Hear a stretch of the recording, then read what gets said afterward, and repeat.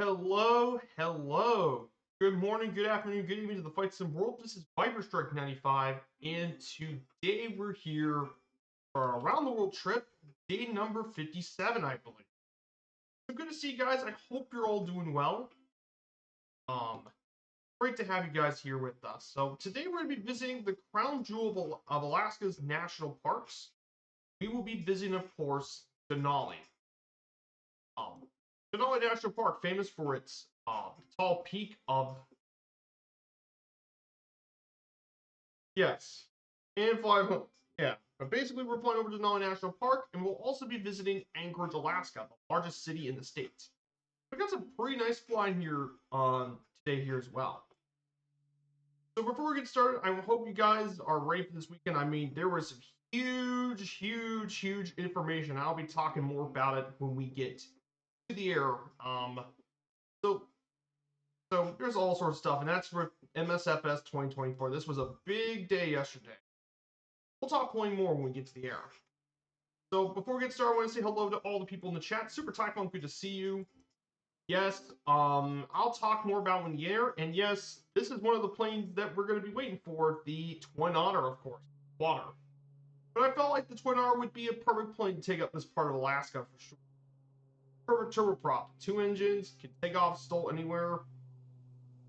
In addition to this, I will also be talking about the future of this series, because with all the new MSFS 24 stuff, I actually am thinking about some plans I want to do for the next couple of months before the series. So I have plenty to talk about. Of course, here's our flight plan. If you guys want to check it out, here's our flight plan for today's stream. We're going to take off here from Talk Junction, fly our way across the mountain range to our first stop here at Denali Airport, Alpha Kilo 006, just outside of Denali Park. Then from there, we'll go and we'll of course fly up to 20,000 feet and check out the mountain of Denali. We're gonna fly right next to Denali, the tallest mountain peak in North America, and then after that we'll head our way over to our second stop here at Squinta, Papa Alpha Sierra Whiskey, and finally our third and last stop will be visiting Anchorage, Alaska, the largest city in the States. Check out Anchorage and make our way over to one of the world's largest cargo hubs at Anchorage, Ted Stevens Anchorage International. So that is where we're going to be flying to today. Of course, we take the Twin Otter, which is going to be in the new MSFS 2024, which is very exciting because I'm glad that Twin Otter is going to be brought into 24, because I've always enjoyed the Twin Otter. It's a plane I've always enjoyed flying, honestly. So good to see it make it. I'm glad it wasn't fully abandoned, and I'm glad Asobo picked it up, because Twin Otter is still one of my favorite bush planes, even now. Be the perfect time to. So yeah, there's going to be plenty to talk about today. So we'll be cruising around 180 knots, of course. So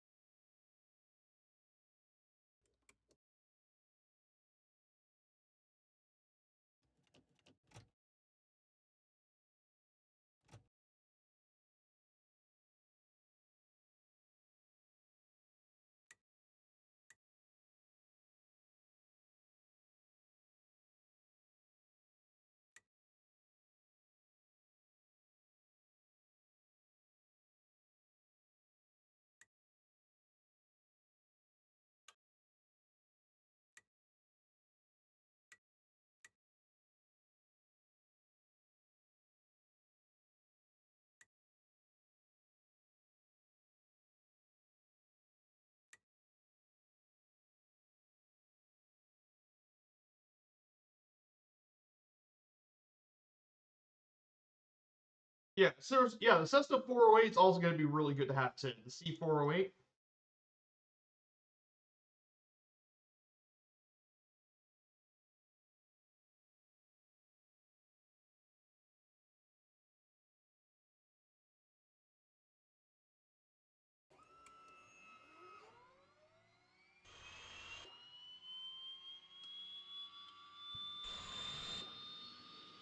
Which is something I'm honestly very excited. So we'll talk more about when we get to the air. So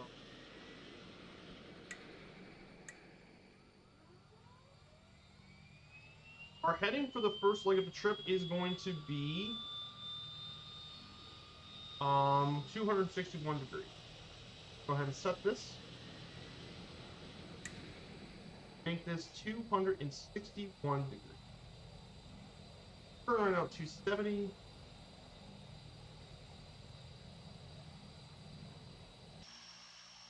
And to get back to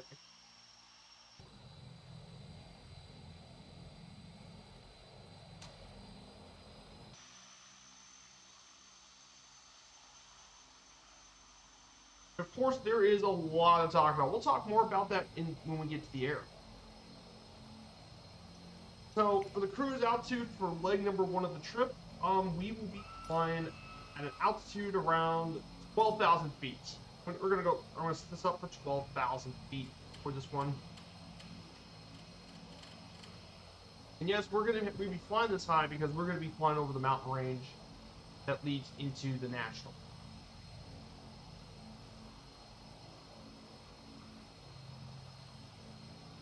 So guys, if you want to join on in, we're on the Southeast Asia server.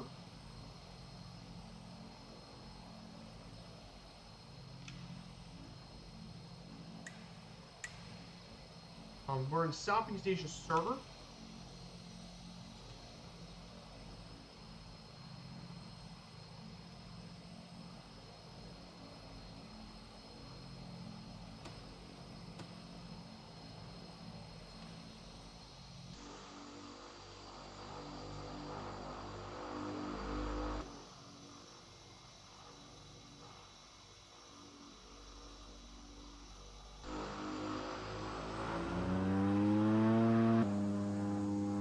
And make our way over to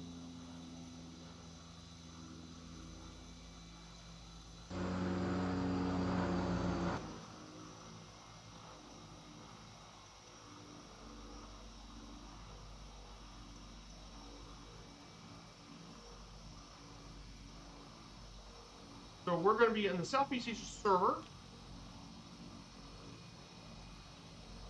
And here's our route and recommended. So here's what we recommend taking for today's flight.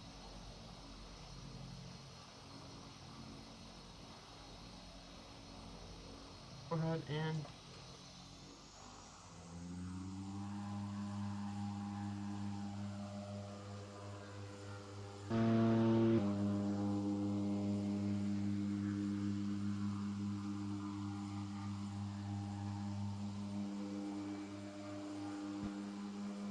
we're up, and away we go.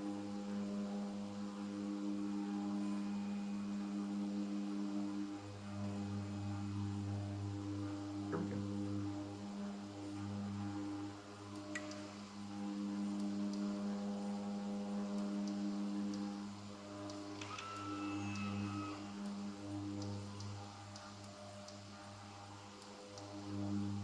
So we're going to climb up at 1,200 feet per minute.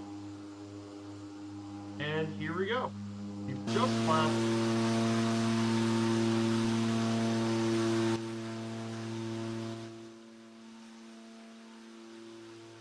Noisy little plane. Officially have taken off from Talk Junction. So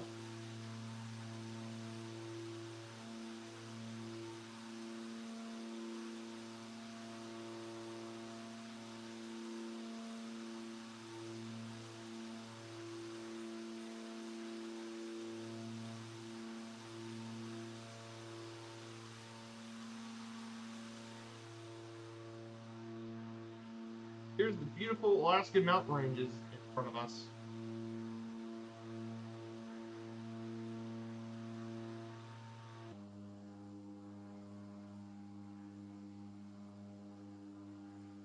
We're right here in beautiful Alaska here. We're heading towards our first destination here in Denali Airport.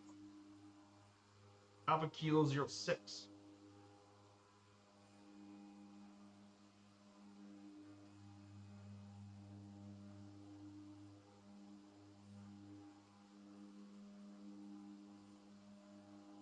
The part of mountains right here you see right to your left, this is all part of the Alaska Range in front of us. This is a narrow, relatively narrow 600-mile long mountain range, south central Alaska, from Lake Clark all the way to the White River in Canada's Yukon. And it's among the highest mountain ranges in the world.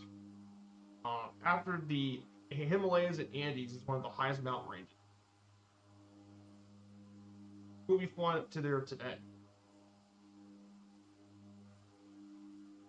But yeah, there is a lot of news to talk about when we get to MSFS 24. There's going to be a lot of things to talk about. So, I'm going to go ahead and show you guys some of the news I do want to speak about.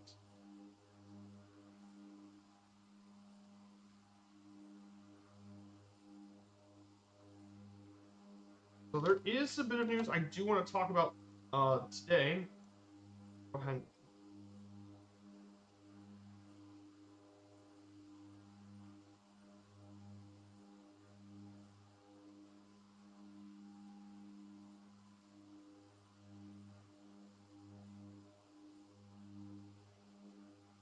But there is going to be some pretty big news.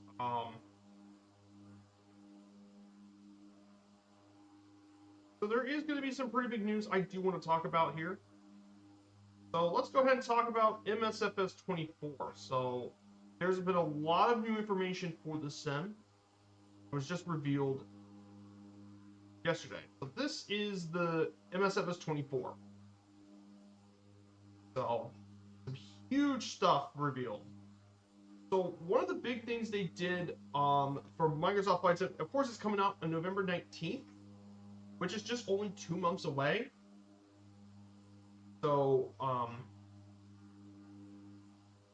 of course, but there's some really big stuff coming in the sim, and one of the big stuff is it's very much cloud-based nowadays, which is actually really good to have because it allows for more dynamic content, less storage footprint, which is huge considering how much storage it takes to get a lot of the sim stuff. This is going to be huge, especially for those who don't always have the biggest storage space, like myself, of course, and better performance for low-end hardware, which is huge, which helps with accessibility. That's a big thing. Also, faster loading times would also be huge too. It will also feature some enhanced world rendering, which is awesome. This makes it even better for all you bush pilots, and honestly, I think it looks really amazing. Through textures, dynamic seasons is a big one, is dynamic seasons, which is great to see. I can't wait to see many of these places during the year.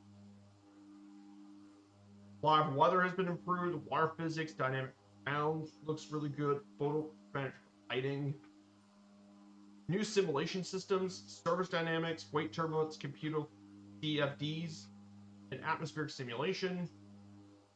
They did a lot more improvements. Wear and tear modeling is now included for nearly every plane in the sim. That's huge. Improved AI traffic realism. That's awesome to have. Which is huge, honestly. That means the model matching is not an issue this time around, which is awesome to have. And of course, AI traffic liveries make it more realistic. Great news.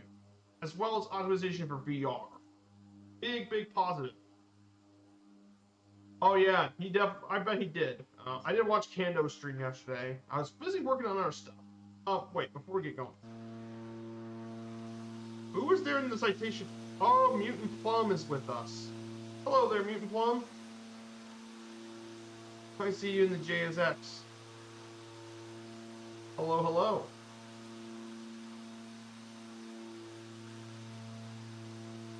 Welcome in, my dude. So, getting back to where we are, in the thing. Expanded avionics aircraft fleet. They put a lot more work, mainly with improvements for the GNS 530, the Garmin G1000, G3X, and G2000 has been updated. They also added in the Collins ProLine 21, the Honeywell Promise Epic 2, and the Universal UNS 1 have all been worked on for 2024. That's pretty big, actually. But the aircraft in the sim, absolutely massive amount of new planes. I am not kidding. And we'll cover those in a minute. The massive new amount of planes. I want to cover more when we get to that. From casual aircraft like balloons, hover bikes, paramotors, ultralights, gliders, bush planes, airliners, and more. It's absolutely insane stuff. And of course, they made it even more realistic with photogrammetry, and they doubled the number of cities. So hopefully this time around, hopefully for photogrammetry for the United States, I hope they finally bring them to Dallas and Charlotte would be the two big ones. Those two cities really lacked photogrammetry last time, so I think they're going to come this. New imagery, new digital elevation maps, countryside TIN data, make it more realistic. And they've also improved, they now have a comprehensive database on helipads, oil rigs, lighter airports. They brought animals into this world too, like crazy. But I think the big thing has been the career mode, and honestly, this is actually very interesting, the career mode. And I'm definitely looking forward to that on my own.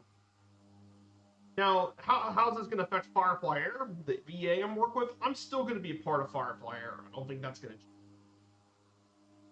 In fact, I think Firefly Air would be a great complement to this.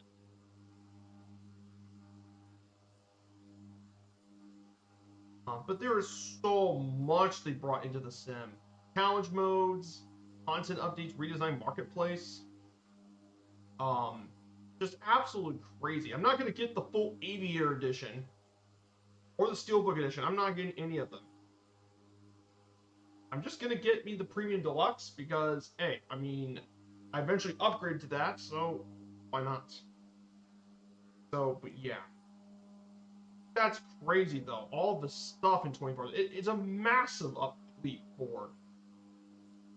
No joke. It's a completely new sim. All the improvements make it feel like a completely new sim. No joke. Of course, despite all this, its system requirements, it's actually pretty reasonable. I think I can run this on my system. I think I could run it. 2600. I definitely think it won't be an issue. I mean, if my laptop can run it, this sim in pretty high settings, I mean, it could probably run this in lower settings pretty easy. But of course, I do want to talk about the planes because obviously you can't have a flight sim without the aircraft. And man, they have a massive amount of them. No joke, Stair Edition has there's 95 aircraft in 2024, and 70 of them are Standard Edition, which is absolutely insane amount of planes. 70 has a bunch of new aircraft with new additions. And that includes the 5 aircraft from the Reno Air Races pack. The L-39 is one of them. Obviously, the Optica from Gottfried's is in the base sim, which is great because I love the Optica from Gottfried's. I'm glad that's in the sim. They brought in the new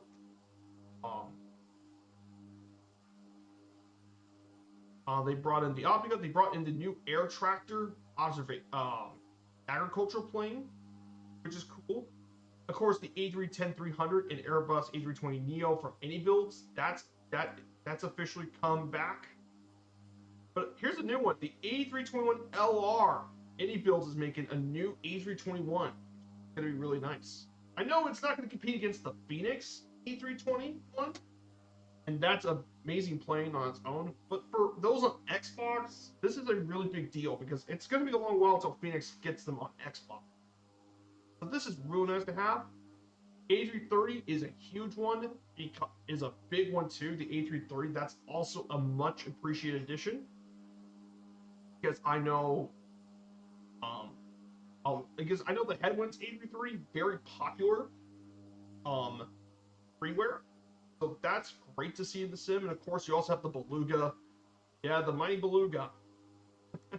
That should be a very fun beam plane to bring in there as well. Of course, a plane that I'm very excited to see, A400 Atlas. I know it's not a C-130, but it's very similar. So, very excited to see that. The Airbus Helicopter H125, that's going to be really cool to have for all your chopper pilots out there. That's going to be really great to have.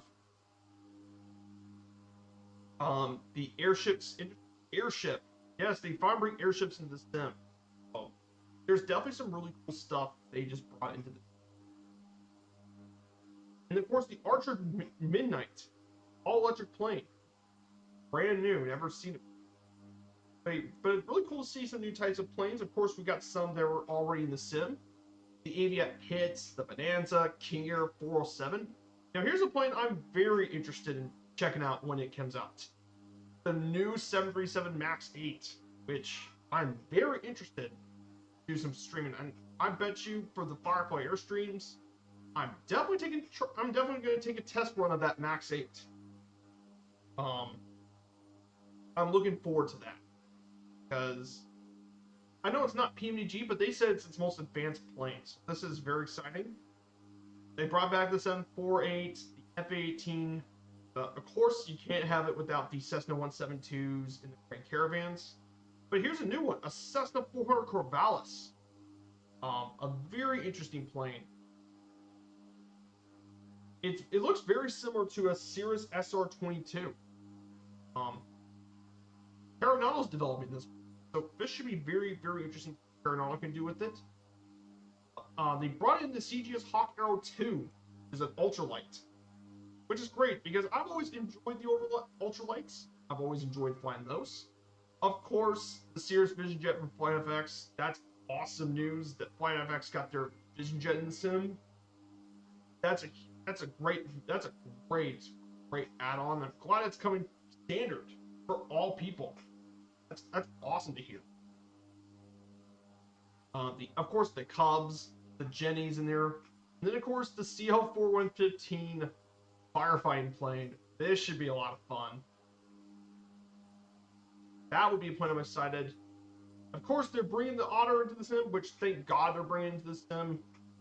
I know it's been abandoned by Aerosoft for a long time, but I'm glad they brought it in. It's a great plane. I'm glad they're going to bring it in standard. Good for Asoba for doing that. Of course, the gliders, the DA-40, DA-62, DA-3. Here's one I'm very interested in taking out. The Draco. Absolutely crazy soul plane. I am. Oh, I'm looking forward to this. The Draco.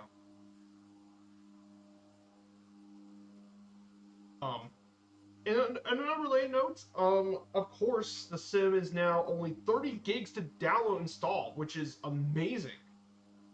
Which is huge for me.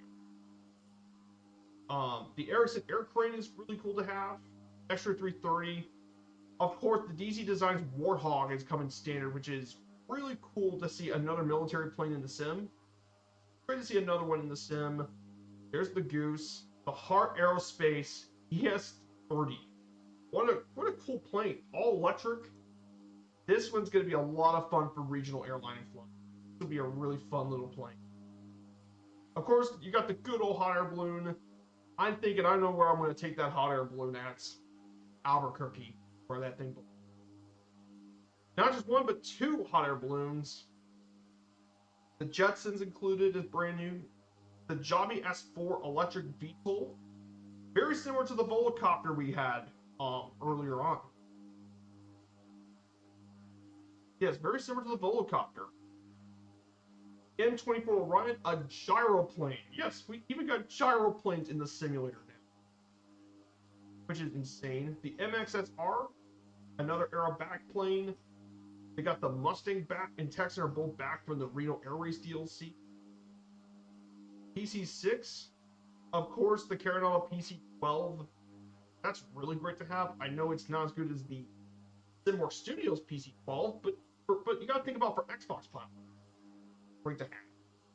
Powered parachute. Oh boy, the powered parachute. The Paraflyer. Oh, remember Tucker Gott did videos on those. You guys don't know about Tucker Gott. He's a YouTuber. The Robinson R66, that's a very anticipated plane to have. Helicopter, very popular, the R66. Power motor glider from Gottfried's Stimming S12G. And the new Civico Edge 540. Another aerobatic. Yes, 70 planes. Oh yeah, the Corvallis. Oh, okay, the Corvallis is faster. Ah, gotcha. So it's even more performance oriented than the okay, that's great. So before we talk more, I want to look up the side. Oh my goodness, look at the Alaska range. Ah, that is nice. Oh, the scenery today is looking very good out here today. The Alaska range. Oh, look at the scenery today. That's gorgeous.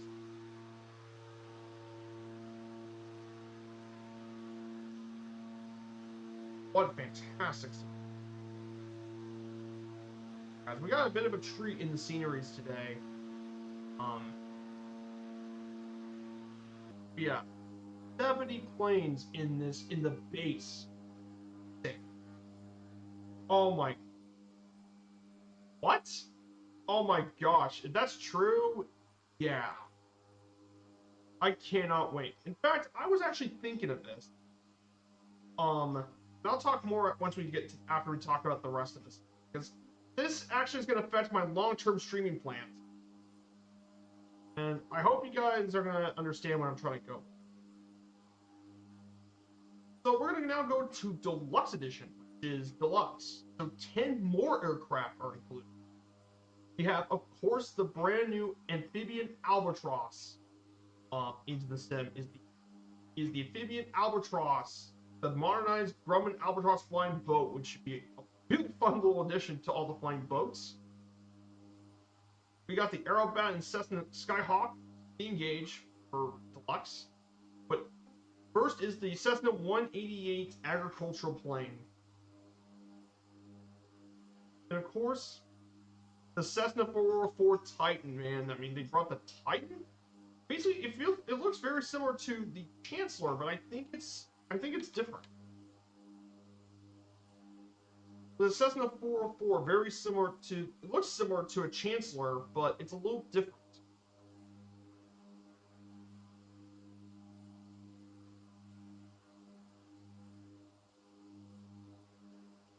Yeah, I want to look and see what the difference is between the. Oh, the 414 Chancellor is larger than the 404. Okay. But here's what I'm also interested for: the Cessna Sky Courier. That's going to be a really cool one, and I think FedEx has started to use a lot more of the Sky Couriers. Really cool plane to see. And of course, the last one, the Dornier Sea Star, the unique push-pull seaplane, which again, really cool to have in the sim. And finally, here's the Premium Deluxe plane. High Performance Group H225. Really cool. And High Performance Group knows how to make really good choppers. So this is a very much an obvious one. We have the C90 King Air. Yes, the smaller King Air, which is going to be really cool for all you business plane operators. That's going to be cool. The Boeing 747-400 Super Tanker. Ooh, that's going to be interesting. And of course, the Dreamlifter. We're working on the Dreamlifter, which is, now that might be the bone I'm going to take instead of the Beluga. I'm going to be taking the 747-400 Dreamlifter. Of course, they're bringing back the Dreamliner, which is, I really enjoyed finding that since the update. I very much enjoyed it after the working title update. So honestly,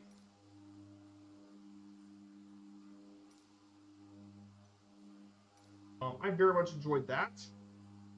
The Glowmaster. This is Miltech's working on this bad boy. I'm looking forward to the Glowmaster for military operation. Looking forward to that. Blackbird's working on the Chinook. I'm not going to play the choppers too much. I'm not really great at the helicopters. Of course, they brought the Pilatus PC-24 from Carinano, the PC-24 business jet. But it can also do STOL, which is amazing to hear. And they're also bringing the Viperstrike Taurus M, the electric self-launching glider. The Virus is coming back, which is a longtime favorite of mine. Another regional airliner I'm looking forward to. I like the ETR, but I'm really, really wanting to do SAW 340. Oh, there's going to be a lot of use for that. And of course, the new rugged bush plane, the Zlin Aviation Savage Norden. Gothbred's working on that. And yeah, I am very much looking forward to doing all of it. Yeah, exactly. You can do transatlantic stuff if you wanted to. Technically, you can fly the street from St. John's all the way to Shannon. I think you can do that. 1800. Let me look up the Great Circle map type on. So let's do YYT, and we're gonna do. Okay, yeah, you can fly St. John's to Shannon. Yeah, you can make a cross-line flight. St. John's, Newfoundland over to Shannon, Ireland. That fits. That's transatlantic. So, yeah, that works. So that is all the stuff for 2024 aircraft. I guess I have one more thing to talk about, and that is the career mode. This one is going to be very, very interesting.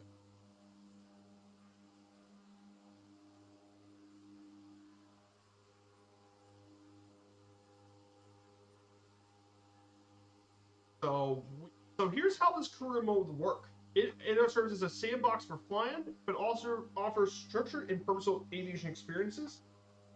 So this is a big deal. The career mode's a massive deal on flight simmers, especially for those on console, because you don't really have access to a lot of career services on the consoles. Big deal. So you create your own avatar. Of course, you got tons of options.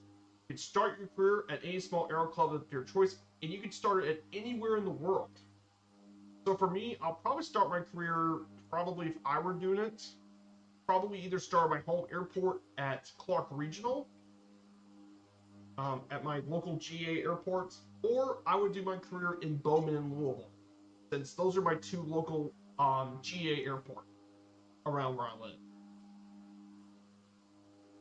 So I do that, and you learn the ropes with all basic aircraft and learn certifications by passing and training and passing.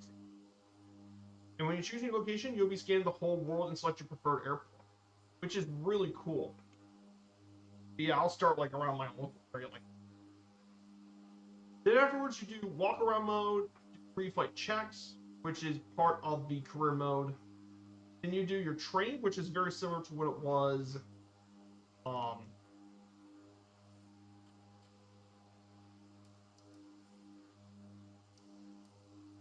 Which is very similar to what it was back in 2020. And of course, once you do that, you get to your certifications and specializations.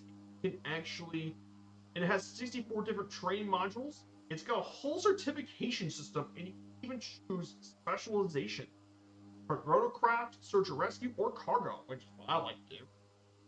Which is really cool, and it's very extensive. Like pilot's license for commercial ops, helicopter specialization, endorsements, instrument ratings, different engine ratings, heavy airliner, night currency, and hoist endorsement. And they even have a dynamic mission system, which is going to be really good to have. It includes real-world changes in weather, emergencies, and availability of contract. and it's spread all over the world. So they can start their careers from virtually any airport, and this looks really, really good. And there's over 3 million missions. I don't think you'll have to run out of missions to do. And there's all sorts of tasks. This is just at least the basics. From aerial advertising to photography, air ambulance, cargo delivery, hot air balloon trips, mountain rescue, passenger transport, and VIP charter service. And you have your own currency too, based on your objectives and flight performance. And as they earn money, you build your reputation. And it impacts the type of missions they access. And as it grows, they unlock higher paying, more complex jobs. So, big deals. And you could go from employee into business owner, which I can't even believe it. And as a result, your plans would treat to maintenance costs and performance over time. And it can cost your maintenance freeze. And they try to make, and while it is realism, it's also designed to be accessible, which is really great. Honestly, it makes me even more excited.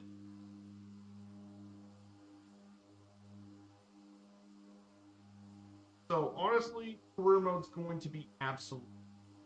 I hope we have our own career mode too. But even if I don't, I think Firefly Air and this career mode, I think are going to coexist pretty nicely.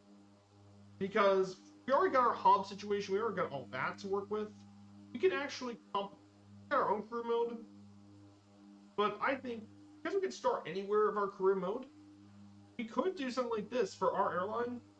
Maybe start a career either in Dublin or any of our hubs around the country, which would be Pittsburgh or Las Vegas or Vancouver for North America. For those of Europe, you could start your careers like in Dublin, around Bristol, and Zurich. I think we could do something like that. That might be what it is. But this is very interesting.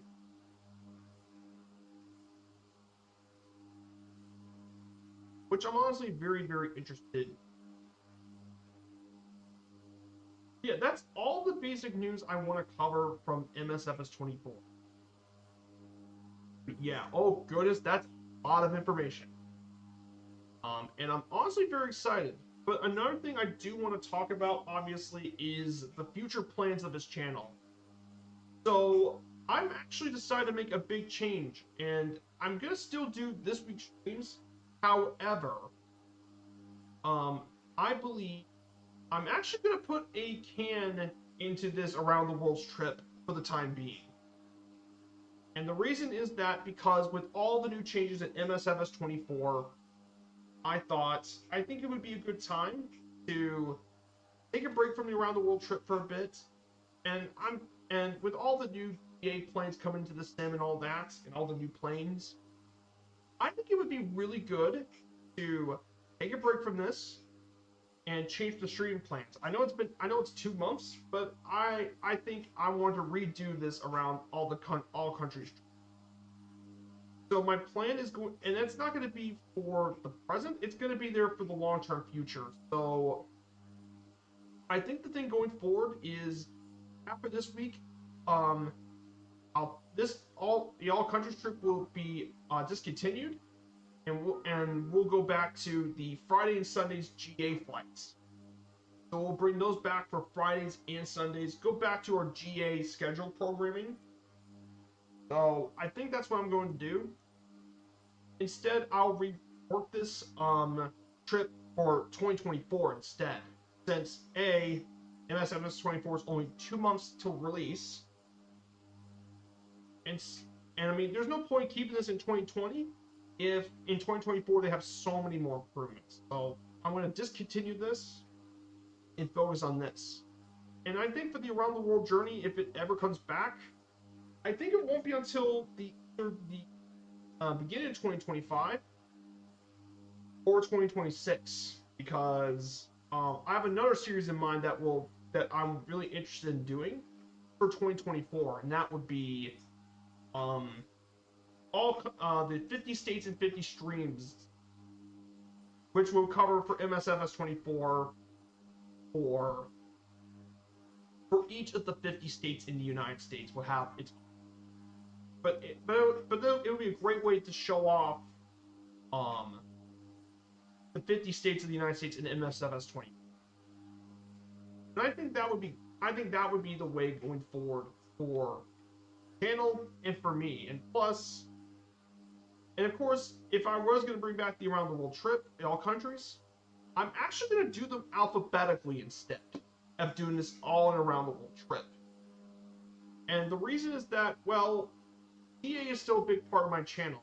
So if I do the around all countries trip, visiting all countries trip, that does come back, because I don't have to worry about all connecting to one journey and all that, I can focus instead on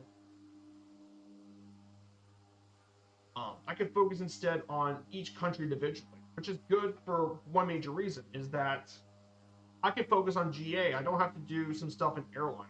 I can do all of it on general aviation content, which I think you guys are probably going to be much more interested in. And for me, myself. If you guys know me, I love GA flying. Even though I fly a lot of airliners nowadays for the virtual airline, I still love general aviation. So honestly, I think that's how the series is going to go forward in the future. It won't be now. But it'll be after I do the 50 US states. So I think that's going to be the plan for my channel content going forward for the time being. So I think my thing's going to go forward in the week. Discontinue this trip around the world trip for the time being. For the next 2 months, do some of the GA flying around the world for the next couple of months. Then when MSFS 24 comes out, I'm going to be showing off all the stuff in. I'll be showing off a bit of the career mode on one of these streams is career mode, and one of the other stuff is going to be some just showing off what this sim can do, whether it be airliners or all that. I think that's my plans going forward. I know it sounds really sudden, but I think it would be for the best. And since the all countries will take a while, I want to have as much time in MSFS 24 before we have to do it. So I hope you guys completely understand. So that's just my thoughts for me going forward. Oh yeah, Porter managed to get his hands on it before it was all vaporware.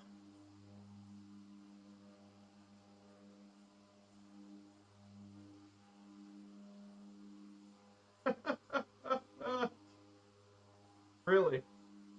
Oh yeah, Hylon Bay would be. Oh yeah, there's so many really cool places I would love to check out for 24. Yeah, Hylon Bay would be great. Phuket would be awesome.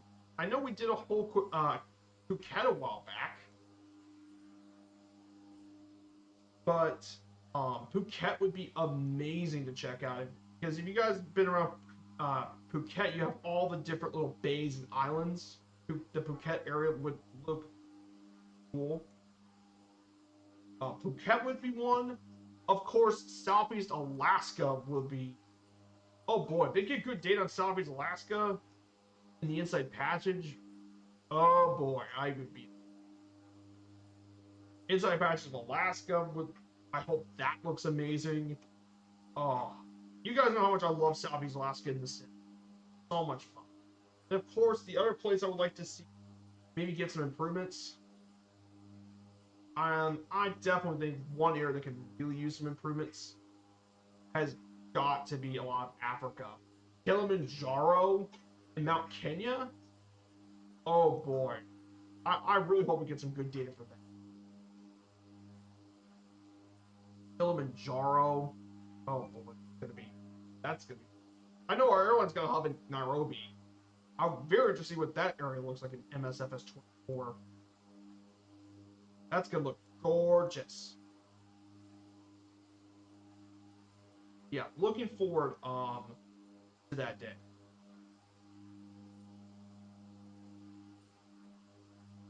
Very, very much looking. yeah, I think that's my plans going forward. And yeah, I think there's so many places. Of course, Alaska is a big. I want to see what Alaska looks like.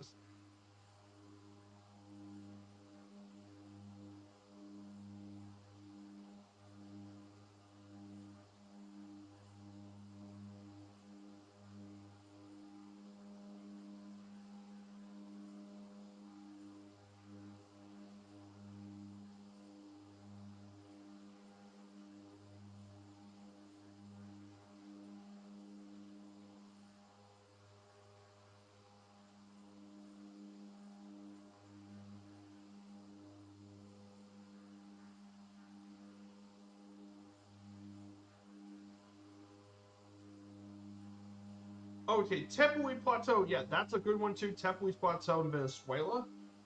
Oh man, what about Patagonia? I know that looked really nice in the sim, but man, what is Patagonia gonna look like in? Oh boy, that's gonna look amazing too. Patagonia is gonna be crazy. I'm really curious. Ecuador. I know we have a hub in Quito. That's always very cool to fly over. And finally, the last area I would definitely be very interested in checking out as well. Hawaii too. I'm curious what Hawaii is gonna look like.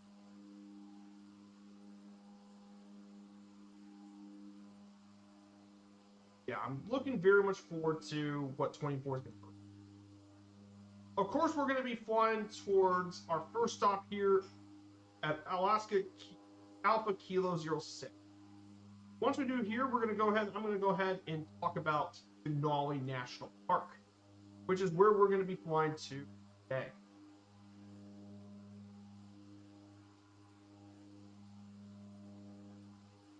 Miami Denali National, where we're going to be.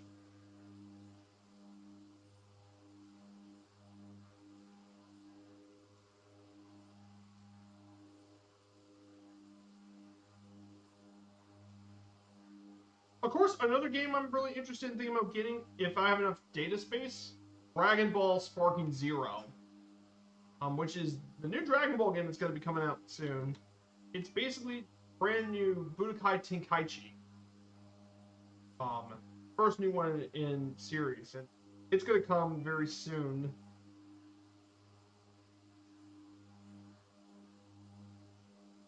I'm very much looking forward to that, especially if I have more space from the sim. I can put other games finally, so I don't have to play just Microsoft Flight Sim. That would be very nice to have.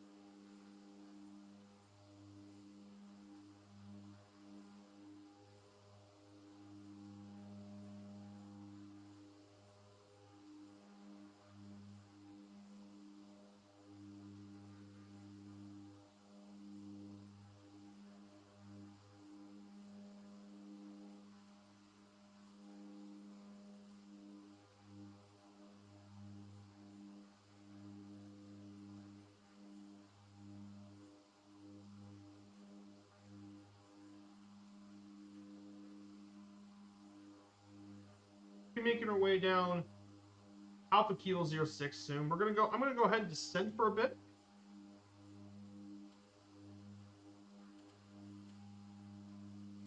And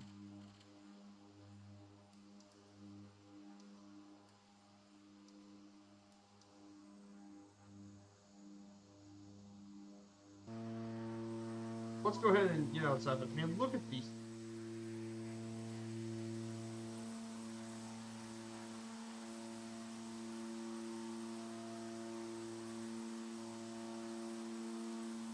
Crazy stuff, guys.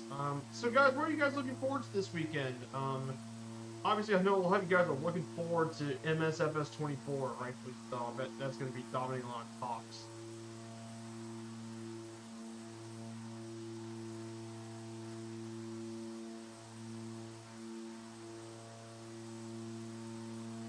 So I mean, this weekend, I don't know if Mert's streaming today. I think he says keep an eye on YouTube. So I think Mert's going to be streaming. I think he's got something planned for Friday today. Allison's going to be back on Saturday. So give her a shout out. She's going to be doing another of her Tracy Curtis Taylor's flights. In Jakarta, flying to Palembang, Semarang, and Bali. Be a lot of fun. I mean, Indonesia definitely. Bali is a very popular tourist destination.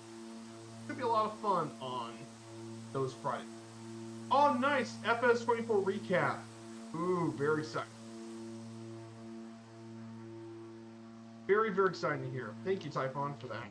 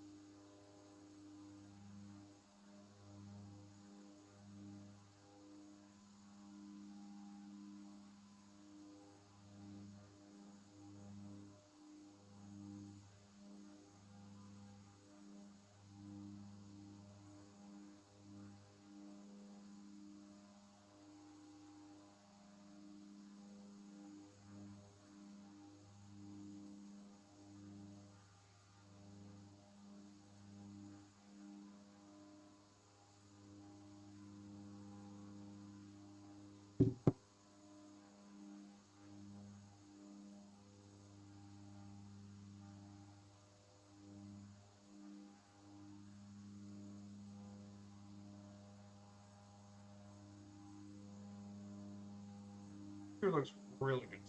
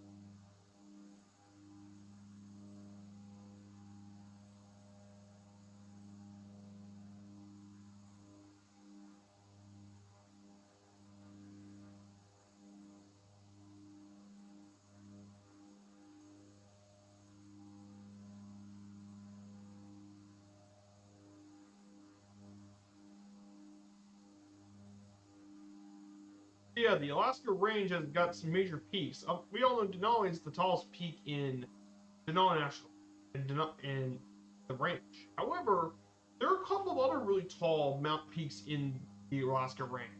Mount Foraker at 17,400 feet is the second tallest peak, located within Denali National Park. You have Mount Hunter, Mount Hayes, Silver Throne, Deborah are some of the more notable peaks you can find here in the Alaska Range. But most of the tall peaks are going to be near Denali.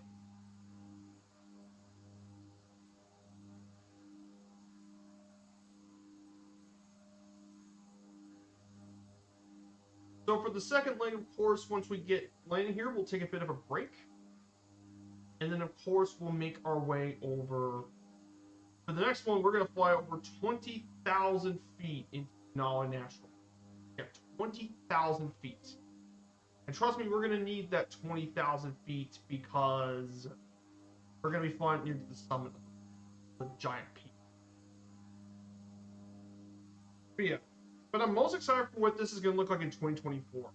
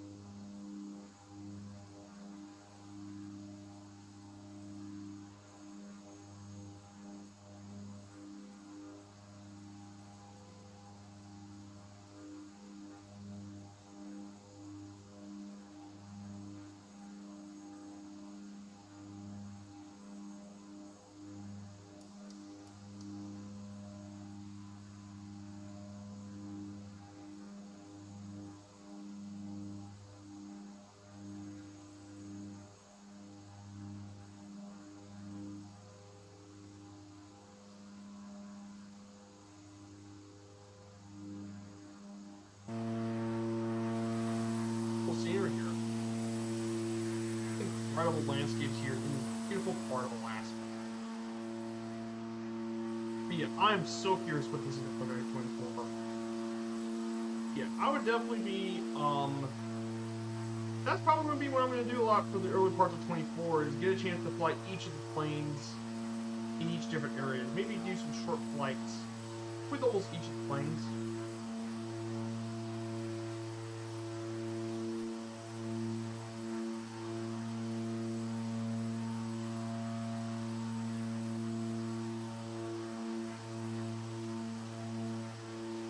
I'm very, very much looking forward to MSFS 20. It's going to be a game changer.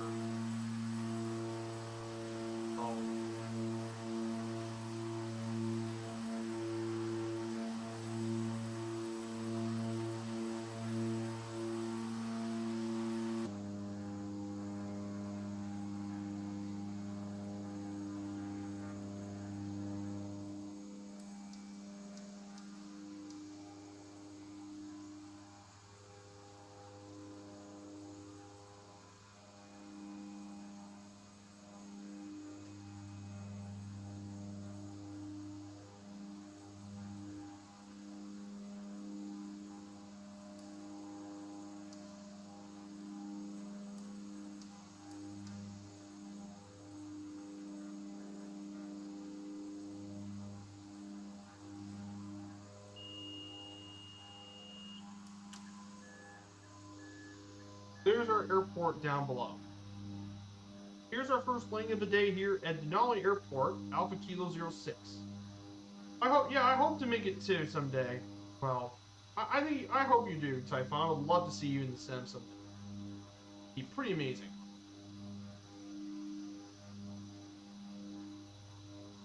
And don't worry about it. Even if I'm not doing series stuff, I'll still be doing my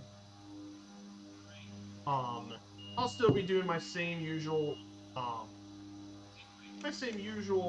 content creating opportunities. I'll still be doing the research and stuff like I've always been doing. That will not change regardless of what I'm doing.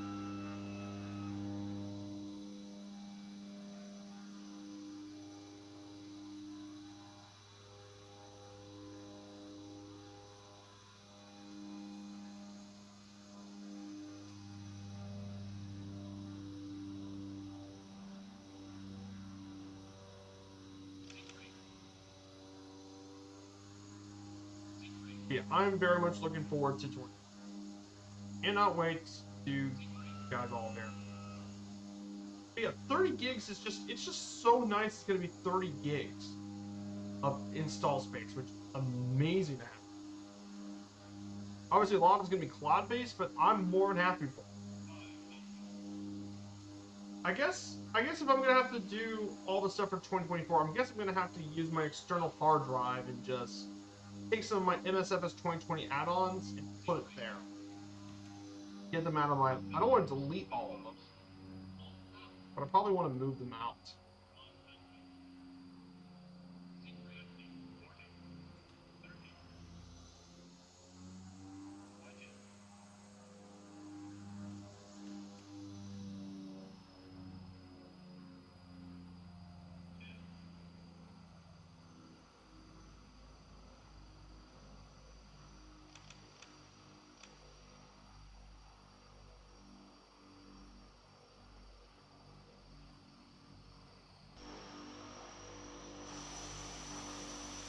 There we go, guys.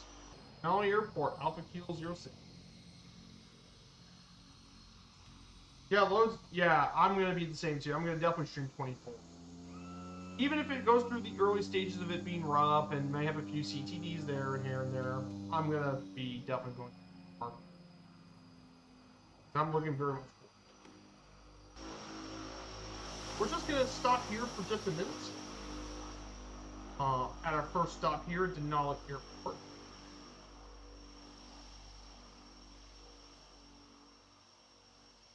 So we'll just stop here for just a bit, and if you guys want to join on in, by the way, we're in the Southeast Asia server.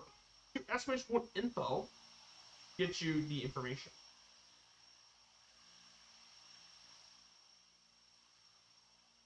Now, of course, the thing I'm most interested is flow, because I wonder how flow is going to change with MSF 24.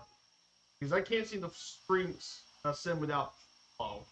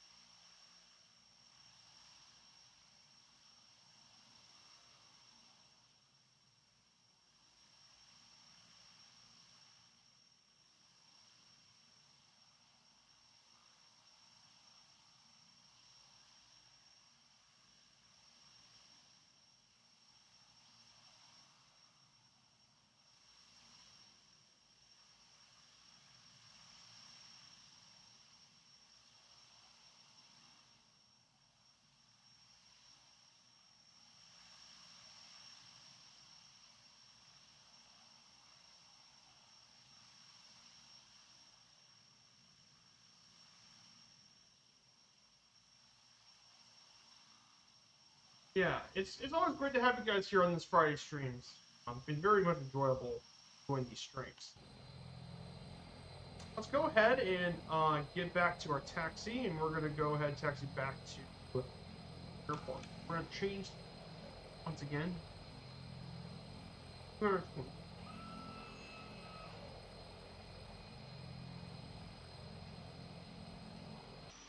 That's it.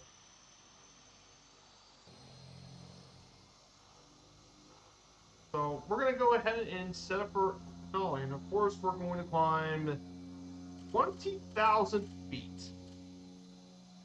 No, because we're going to head to the largest peak in the North America. We're heading to North America's highest peak.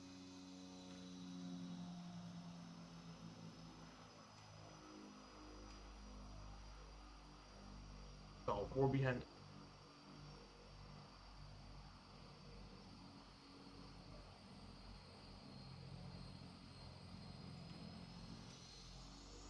Hey, Rubber Duck's here. Good to see you, my dude. And the tornado. Ooh, nice.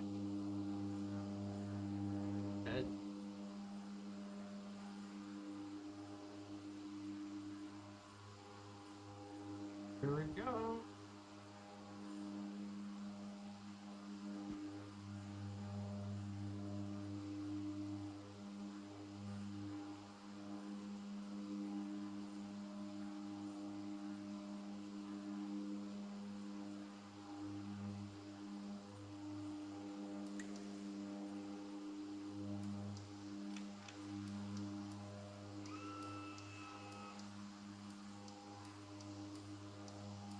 So here we go, guys. We're heading towards Denali.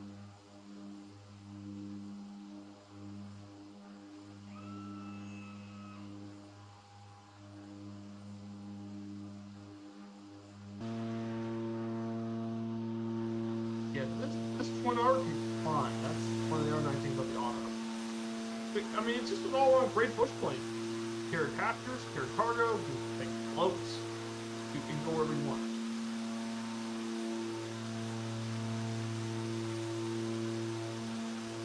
Really appreciate all you guys showing up here. What's quacking? Yep. We're gonna climb up to.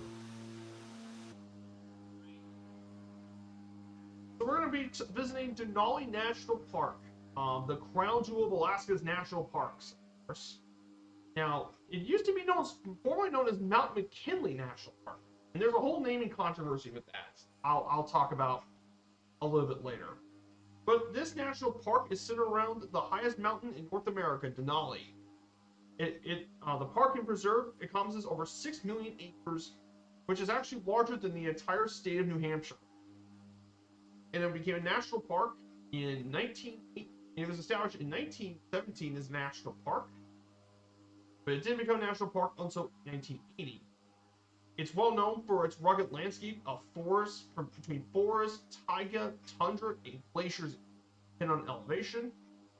Very popular winter activities include dog sledding, cross-country skiing, and snowmobiling. In 2018, received 594,000 visitors, which isn't a lot. That being said, this park has a rich history. Of course, one of the big parts about Denali, and something a lot of people who are new to all this should probably know,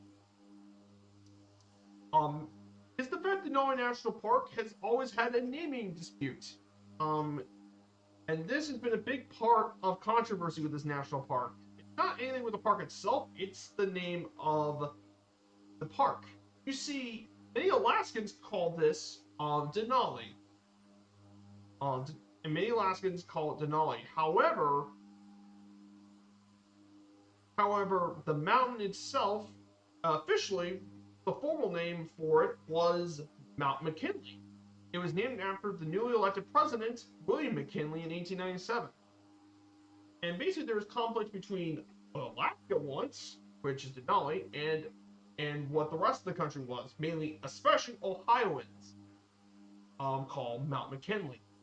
And that name dispute went on all the way officially until 2015, when they changed the name officially to Denali, which honestly, it's a good thing they did change it back to Denali. It's back to its Alaska name, Denali. But the national park has a really storied history. It's really cool to visit. Definitely worth checking out. Not picking. Denali National Park includes the central highest portion of the Alaska Range, which extends 600 miles from Lake Clark over to around where Talk Junction is to Yukon, with many glaciers and glacial valleys run around the range. To the north, the national park and preserve encompasses the valleys of McKinley, Toklat, and Orca rivers. And along the eastern park is the George Parks Highway, runs around the eastern edge of the park, crossing the Alaska Range and dividing the valleys of the Chultna River and the Ninama River. And there's a lot of different, and there's not too much access to the park. Obviously, the Parks National Park is the main one. But there's actually only one road within the park. But there's not a lot of car access and vehicle stuff. In fact, you get more access when you do trails and hikings and camping. It's probably where most people access the park. There's there's multiple lodges all around the national park.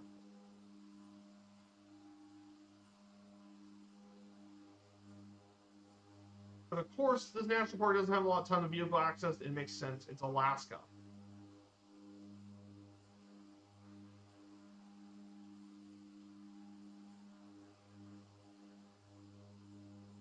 Still very interesting, but very diverse geography. And it plays a big role into its ecology, too, as it's home to all sorts of different animal lives all throughout Alaska. For example, altitude's a pretty big deal. In the lower line, altitude around 2,500 feet below, you can find spruces and willows dominating the forest. And of course, along the top soil is a lot of mosses, ferns, grasses. And during the tundra, in the tundra areas, blueberries and soapberries thrive, and as a result, many of the bears actually use these berries as part of their main diet. You can find 450 different species of flowering plants through the park, and they can be all over summer, including those of the goldenrod, fireweed, bluebell, and gentian. Still in many of the valleys of Denali. In fact, you can see them all throughout many postcards of this national park. In terms of animal species, you can find all sorts of variety of birds and mammals, including an estimated 350 grizzly bears in the north side of the range, which is basically 70 bears per 1,000 square miles, and an estimated 2,700 black bears were found in the park. There are also, you can find wolf species, caribou, moose, Dall sheep, coyotes, marmots, beavers can be here, snowshoe hares, foxes, and even wolverines here too. There's also a variety of migratory bird species like the Arctic warblers, the ptarmigans, and tundra swan, as well as a variety of hawks and owls. There's also some fish species in the rivers, but mainly trout and salmon are. And park rangers have often maintained a constant effort to keep wildlife wild by limiting the interaction between park animals. So no feeding the animals. That's not a good idea. Don't feed them. And keep a safe distance from the animals. So do keep that in mind. Don't be foolish enough to mess with bears. Of course, you guys all probably know what we see in front of us. That is, of course, Denali. The star of the park. Denali. Right dead ahead of us. Now, a bit of interesting tale about Denali herself, formerly known as Mount McKinley. This is the highest mountain peak in North America, over 20,000 feet above sea level. However, it has one thing it has that Everest doesn't have. You see, this is actually the tallest mountain in the world from base to peak on land, at over 18,000 feet, which is pretty insane to think about. Which is pretty crazy to think about, that this is actually the tallest mountain in the world from base to peak on land, which is insane, actually. That's higher than That's higher than Everest. In fact, despite peaks, while Everest is indeed the highest peak.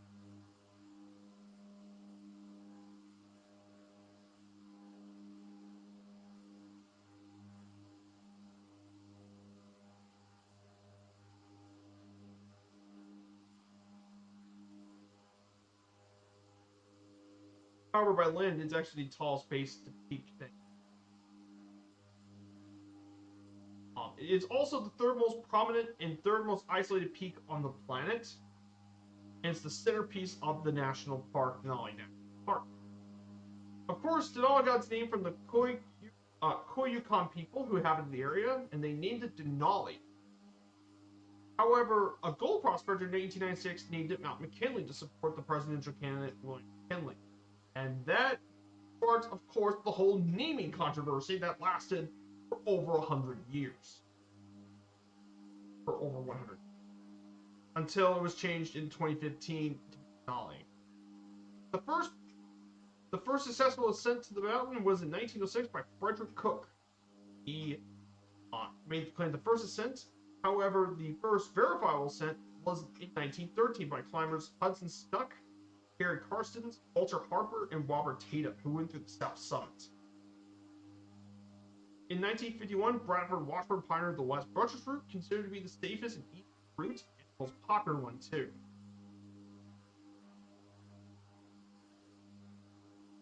However, there have been quite a bit of accidents in Denali. Nearly 2,800 people were reported involved in mountaineering accidents in Denali. And 11% of those accidents in the United States occurred in Denali.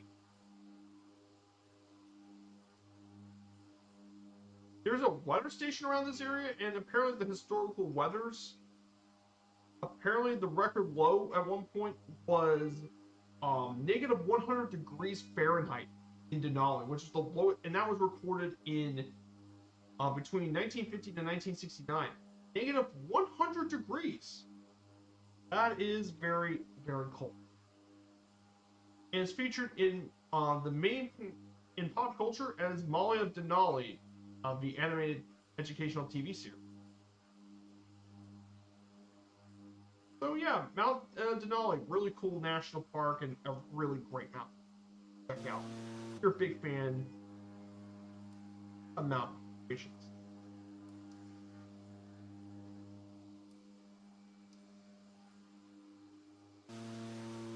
We're just arriving into the national park. Yeah, the views are absolutely insane. What an insane national.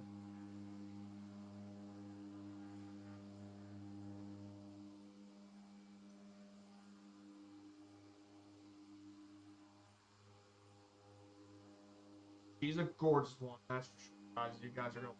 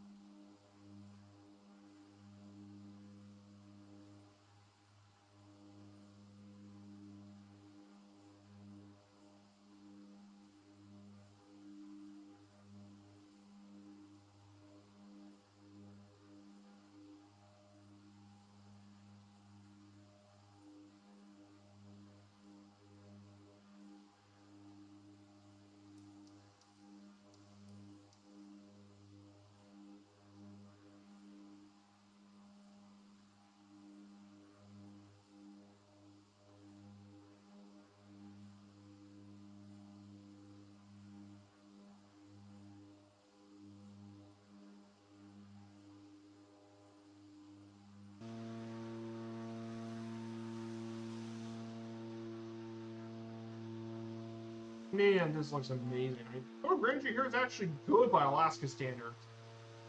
Imagine what Denali is going to look like in 24.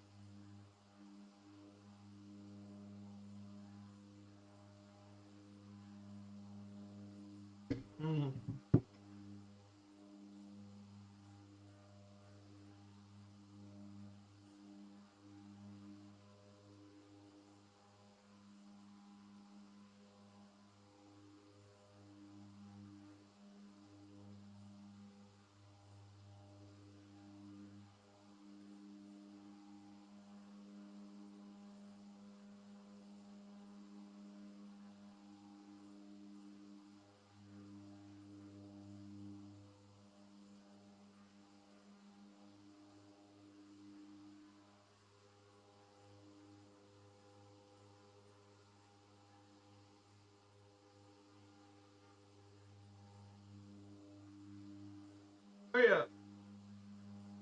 Oh yeah, Denali would be much better. Denali already looks pretty nice. Here is Denali, the mountain peak of Denali. Of course, the glorious peak of Denali. Here's Denali, of course.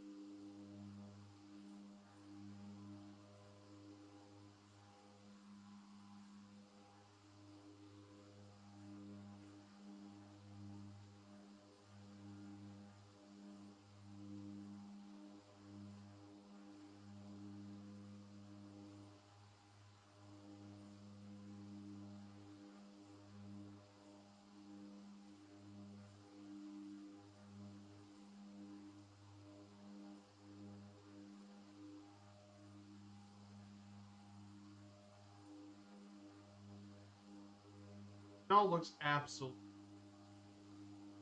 Scenery today is absolutely.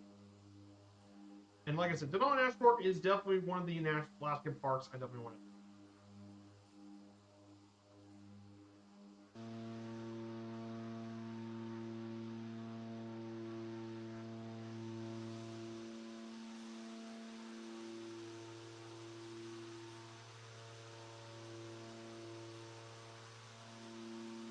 Cannot wait for 20. So I actually said, I read the Tucho Murphy Discord about how would the career mode for MSFS 24 how would it affect Firefly Air? And I actually said that because Six Nuts actually asked if it would even be necessary, and I said I think the opposite. I think Firefly Air. I said Firefly Air might be a really great compliment for our virtual airline. Actually, I think it would be a great compliment, honestly, because the flights in the career mode, um, because we have lane rate monitor and all that, will connect to Firefly Air. So if you do your career mode flights, you can connect it straight to our airline with no problems. Plus, if anything, I said I think we could even do it for role playing reasons. We could start our aviation careers from each of our hubs. For example, if you want to start out from Ireland and Dublin, maybe you could start out around Weston Airport. Um, Echo India Whiskey Tango, for example, we could start that from around our HQ in Dublin, or Casement even.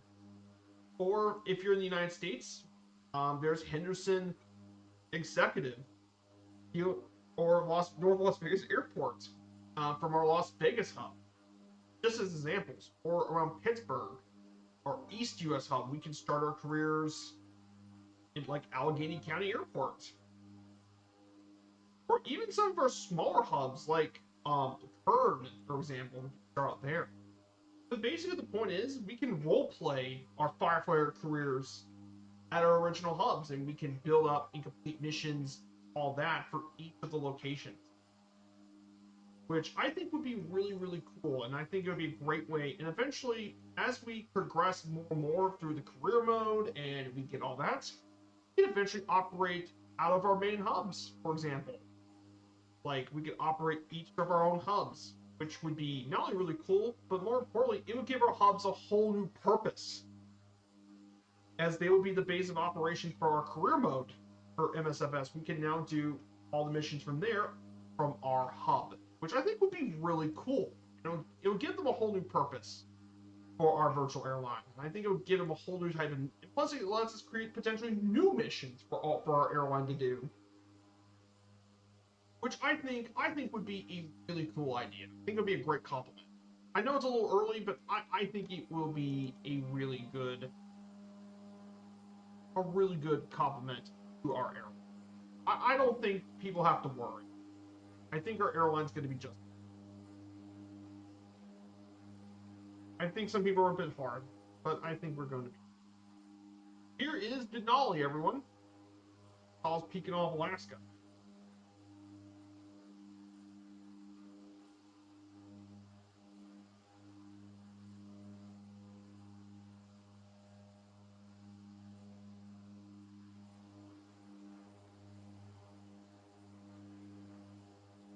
Now, of course, in terms of flight scene stuff, there are actually some flight scene stuff. There are actually some flight scene tours in Denali, most notably K2 Aviation in Talkeetna, and they got some flight scene stuff around the whole national park you can visit. And I think the one I really want to check out is the Denali Grand Tour. They got a lot of flight scene stuff, but the one I want to do though is the Top of the World Tour.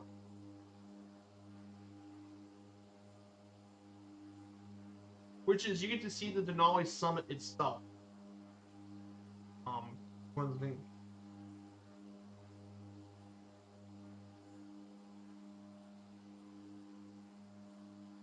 Here's Denali, but man, this is just gorgeous. We're gonna go ahead and change.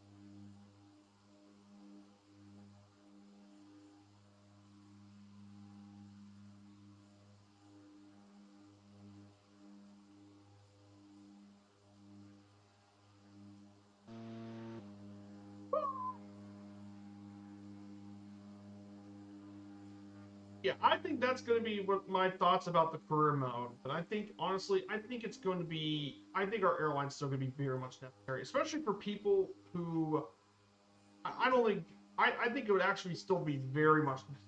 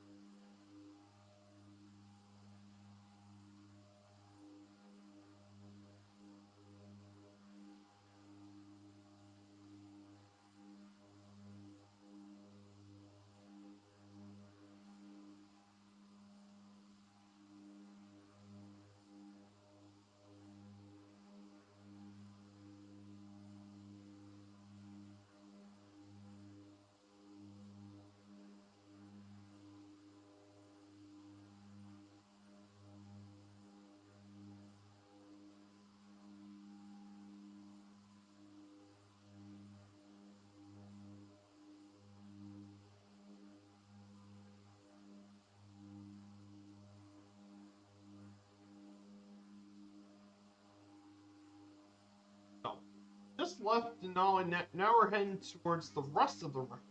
There's a bit more of the range, but in front of us to our right, you can see Mount Foraker, one of the tallest peaks in the Alaska mountain range, Mount Foraker, which is actually the second tallest peak in the range, is Foraker. At 17,400 feet is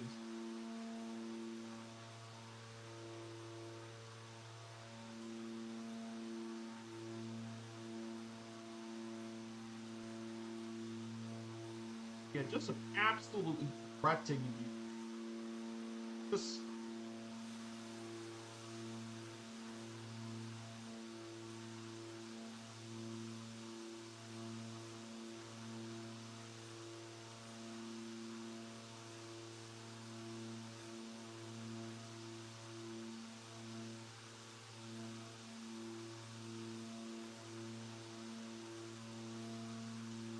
yeah, guys, I hope you're all enjoying this stream as much as I am. I'm definitely having a lot of fun here with Denali. Yeah, basically for all you guys who want a bit of a recap,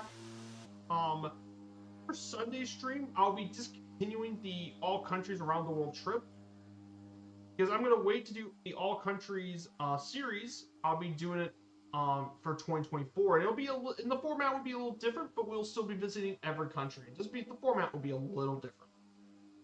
So I appreciate you guys for your understanding. So until 2024, we're gonna go ahead and do some general aviation flying twice a week.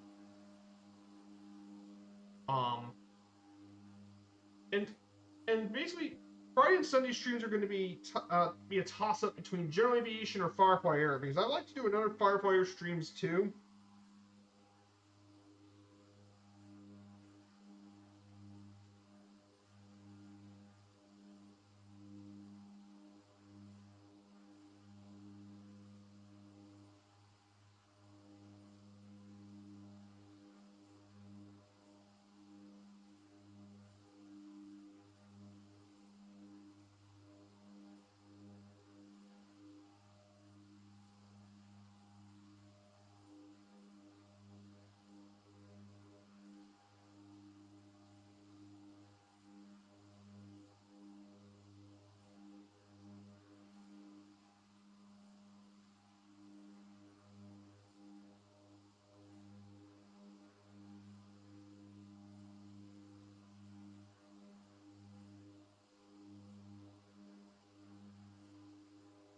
Of course, there's also been some big, huge sports news that happened yesterday.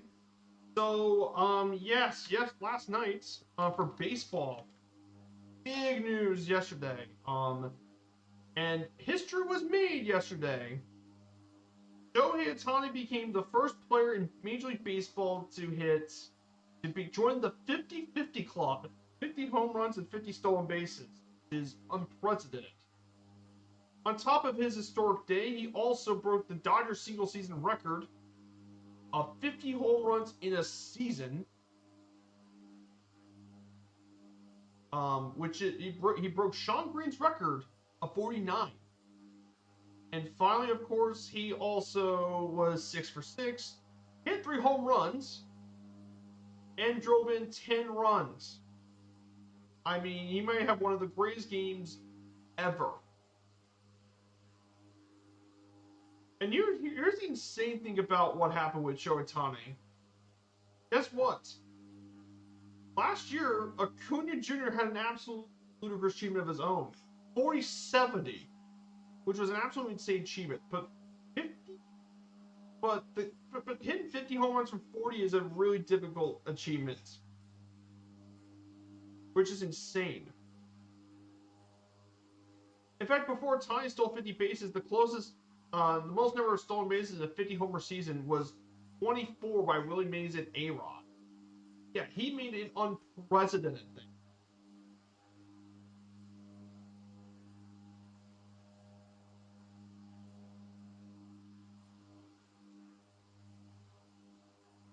And he had one of the greatest seasons. Also he had 6 plus. In fact, he's the only player to actually in a single game have 10 plus RBIs, 6 hits, 5 plus extra base hits, 3 home runs, and 2 stolen bases. Absolutely insane. Insane player. I mean, Shohei Ohtani is an absolute insane player. He is absolutely a generational talent. I don't know if he's going to win MVP, though. He didn't really pitch much this year, but man, his offensive numbers are absolute. And of course, the Dodgers clinched their 12th straight playoff berth, so the Dodgers are back in the postseason once again. Yeah, absolutely insane player. I don't know who's going to win MVP. MVP for MLB, because it's either Ohtani or Judge, because it's got to be one of those two. Because it's either Ohtani or Judge. I mean, both have been absolutely insane this year.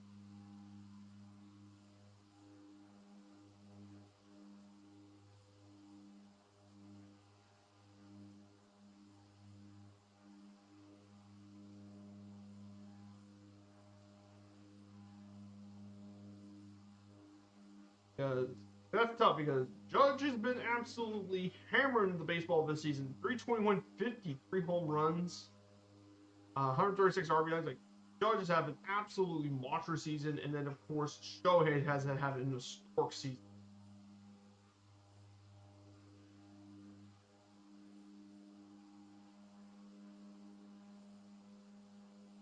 Yeah, absolutely.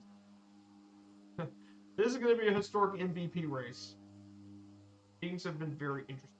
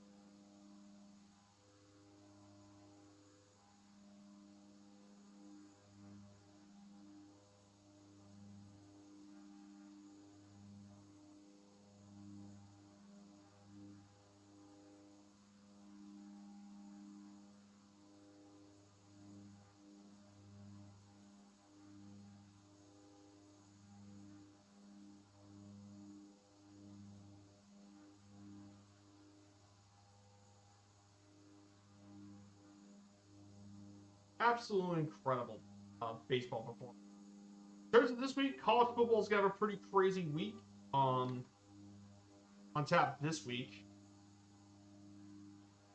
Big college football fan. Some big games this week. On for Sunday, for Saturday. First one on the list, of course, for top 25 matchups this week. Big schedules. We obviously have Illinois and Nebraska on Friday. Later tonight is going to be Illinois and Nebraska. That should be a big game at Memorial Stadium. See you right in Lincoln. This should always be a good time in Lincoln, Nebraska. Fun fact, if you guys don't know, they still have a massive sellout streak dating back to the 60s. Because, well, there isn't much to do in Nebraska. Sunday's got some pretty interesting games, including a conference matchup with NC State and Clemson. That should be pretty good. But the big one this week, USC plays their first ever Big Ten conference game against Michigan at Ann Arbor. That should be a good one. Of course, Louisville versus Georgia Tech. In Element Credit Union Stadium, that should be good. Georgia Tech's a very underrated team this year. And then Louisville is really good. That should be a really fun matchup. Utah, Oklahoma State, and Stillwater. That's between two top 15 teams. That should be really great. Washington plays its first Big Ten game, unbelievably. And of course, the biggest game this week, Tennessee. Oklahoma hosts Tennessee for its first ever SEC game against Tennessee in Norman. Be absolutely buzzing in Memorial Stadium. Absolutely insane set of games.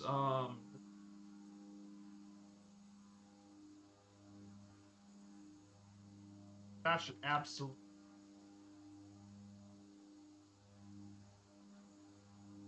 Yeah, it's going to be in Oklahoma.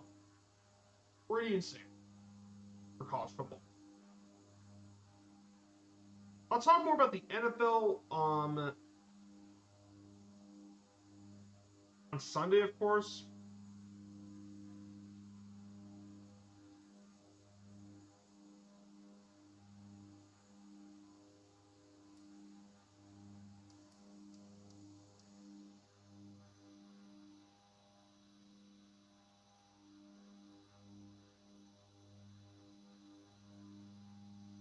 So, could be some really great football.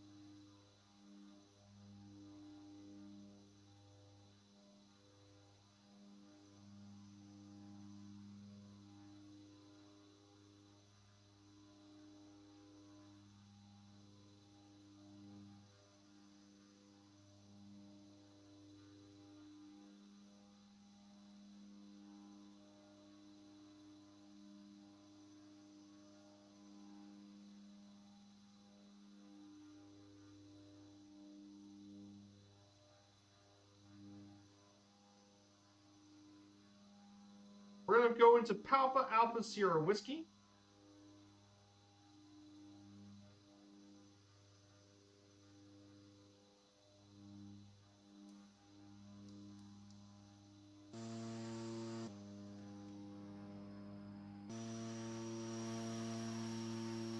Yeah, that wraps up our time in Denali National Park. We'll be getting ready for after our landing here. We got one final wave to Anchorage. So we'll fly over downtown Anchorage and make our way to Ted Stevens. Now can conclude our streaming for today. So, thank you guys so much for coming here. Always.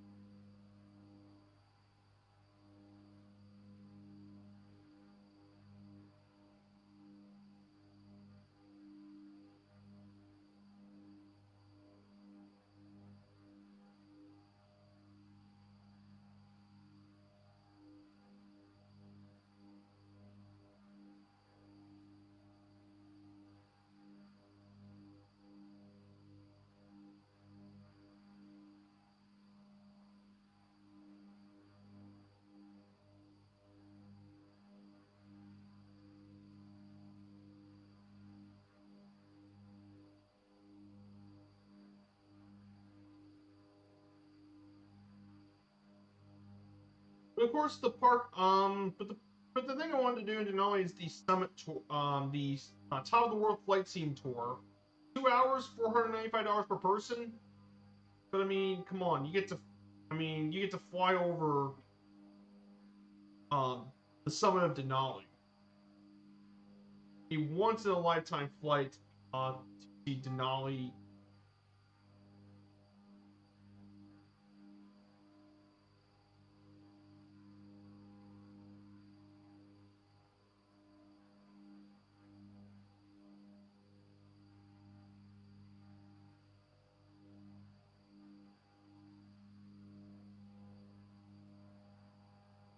But I guess the most likely one is do the Denali Great Tour, which you get to visit.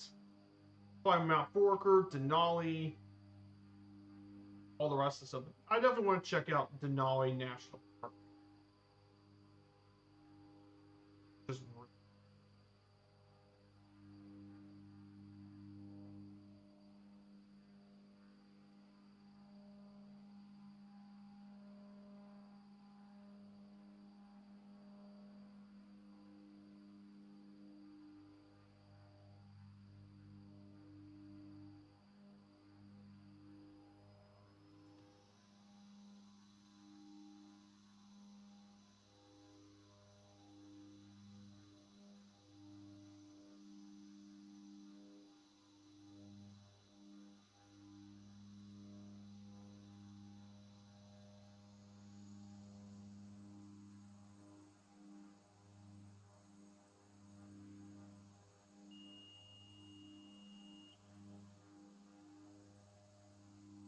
here we go, guys.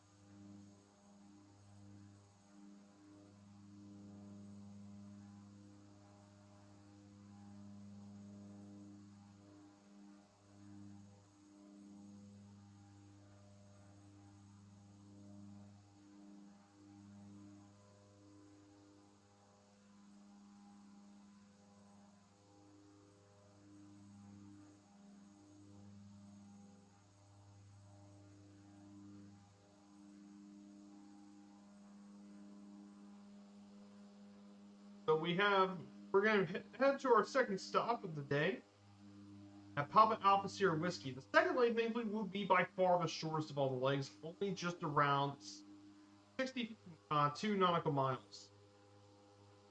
One, thankfully, will be a very short leg, and that will be to Anchorage, Alaska, which is going to be awesome.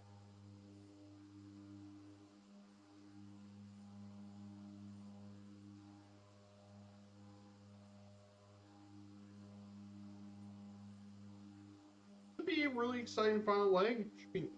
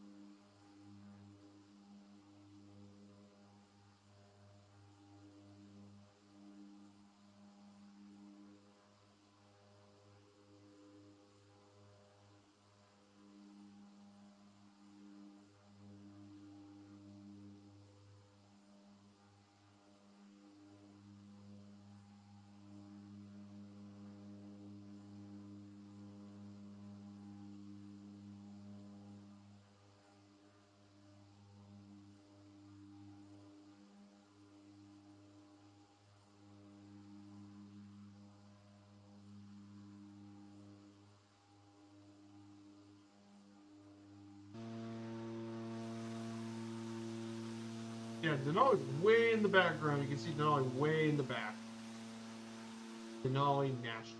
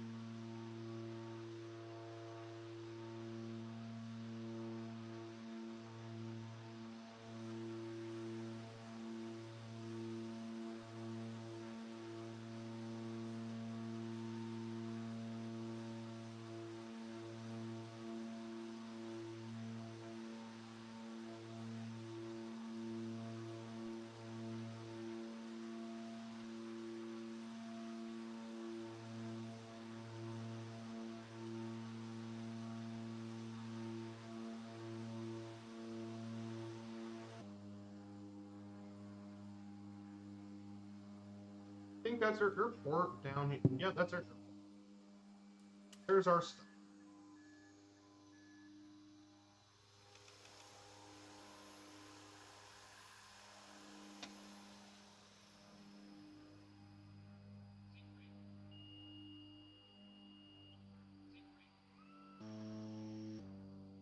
Here it is, guys. Our second stop. So we got one last stop left to go for this trip.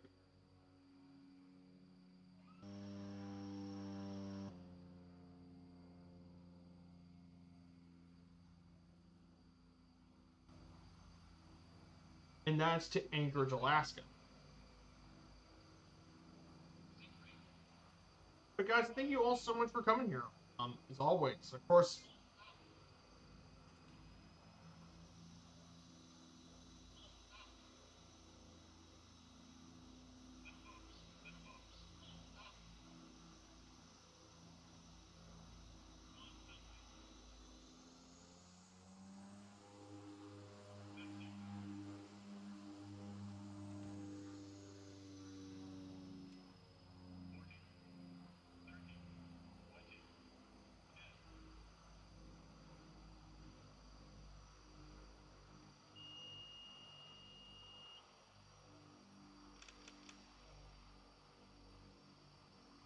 There you go.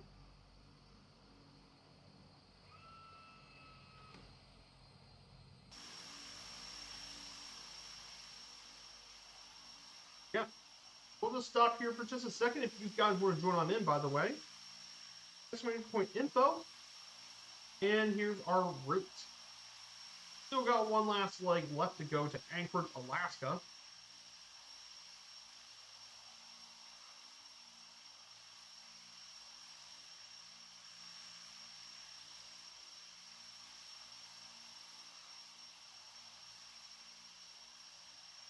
That is to mighty Anchorage, Alaska. Very excited to get to Anchorage, guys. And we've pulled out of Anchorage a few. We've been around the Anchorage area a few times in this sim. In fact, we did a very similar trip to what we're doing today a while back. We went from Anchorage. We actually went from Merrill Field, Talkeetna, to Denali National Park, and then made our way over to Fairbanks. That's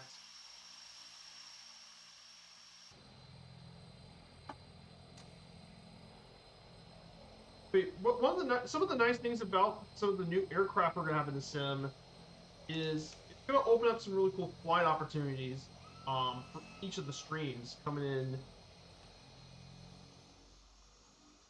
For example, for Alaska, I was thinking about for the 50 states 50 streams series was we could do pretty much a lot of Alaska.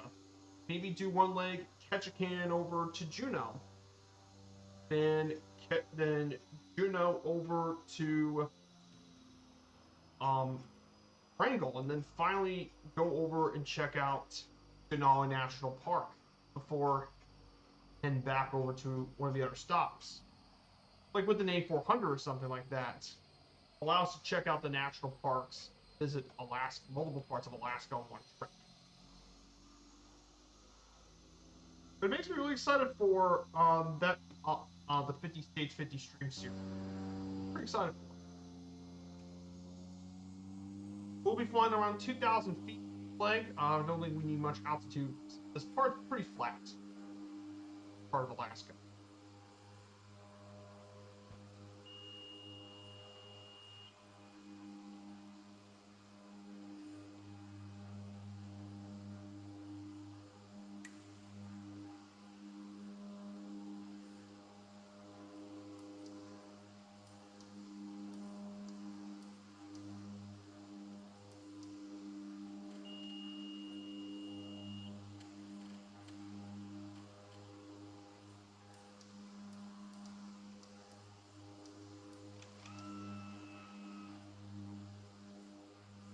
So our final stop will be in Anchorage.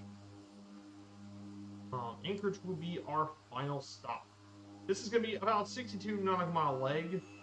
This isn't going to be very much of a leg at all. Let's talk about Anchorage, everyone. Anchorage, Alaska, the most populous city in Alaska. I haven't been to Anchorage before. I've been around the area, but never been to Anchorage. Its population, the city itself has a population of 291,000 people, which contains around 40% of the state's population, and its metropolitan area is at a whopping 398,000, which again, at first you think that's pretty small. But until you have to consider that this is about more than half of the state's population lives in this area, by the way. It's also the fourth largest city by land area in the country at around 1,706 square miles. It's located in south central Alaska at the terminus of the Cook Inlet on a peninsula formed by the Knik Arm to the north and the Turnagain Arm in the south. It was first settled as a tent city near the mouth of Ship Creek in 1915. Yes, this is a very young city, but it really grew into not just urban, but also a military base, allied communities, and all Chugach State Park. However, one of the really cool and interesting, one of the things that make the city kind of OP, overpowered, is its location. You see, this city is almost equidistant from New York City, Tokyo, and Murmansk, Russia, straight over the North Pole. And as a result, due to its location, Anchorage lies within 10 hours by air of nearly 90% of the global north. So as a result, Anchorage is very popular for international cargo flights. So this is a massive area for cargo, and not just for aviation, but for ships too. But around the ships. But yeah, Anchorage has been around for it's a pretty young area. There are attempts to try and move this capital to around the Anchorage area. But again, if you ever talk about Juneau, a lot of it didn't really happen, of course. Also, Anchorage has won the All-American City Award 4 times, in 1956, 1965, 1984, and 85, in 2002, from the National Civic League.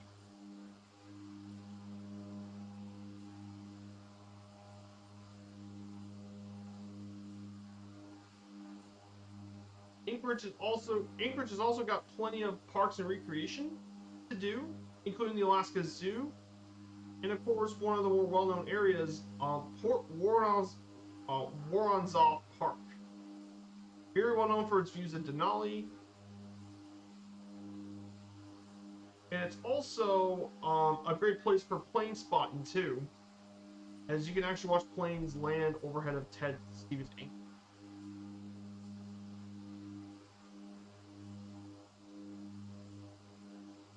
So, pretty cool city. And of course, the airport we'll be visiting today, Ted Stevens Anchorage International. Papa Alpha November Charlie. This is by far the busiest airport in the state of Alaska, with last year being 5.5 million people flew out of Anchorage last year. But this airport's actually got a really interesting history. It was opened back in 1951, 73 years ago. In the older days, this was a very busy area for flights. By the 1980s, this airport was well known for being the crossroads of the world, because Anchorage was a very common stopover flight for passengers flying between Europe and East Asia, because back in the old days during the Cold War era, airspace in China, Soviet Union, and Eastern Bloc countries were off limits, and the lack of range of the first generation jets and wide-body airliners. So a lot of international carriers use Air France, British Airways, Iberia, KLM, Lufthansa, Sabena, and Spantax all use Anchorage as a stopover between Europe and the Far East. Japan Airlines served Seattle through Anchorage in the 1960s. Korean Air used it often as a stopover point for flights between Seoul and Europe and the United States. And one of those flights, actually one of those was Flight 007, shot down by a Soviet pilot.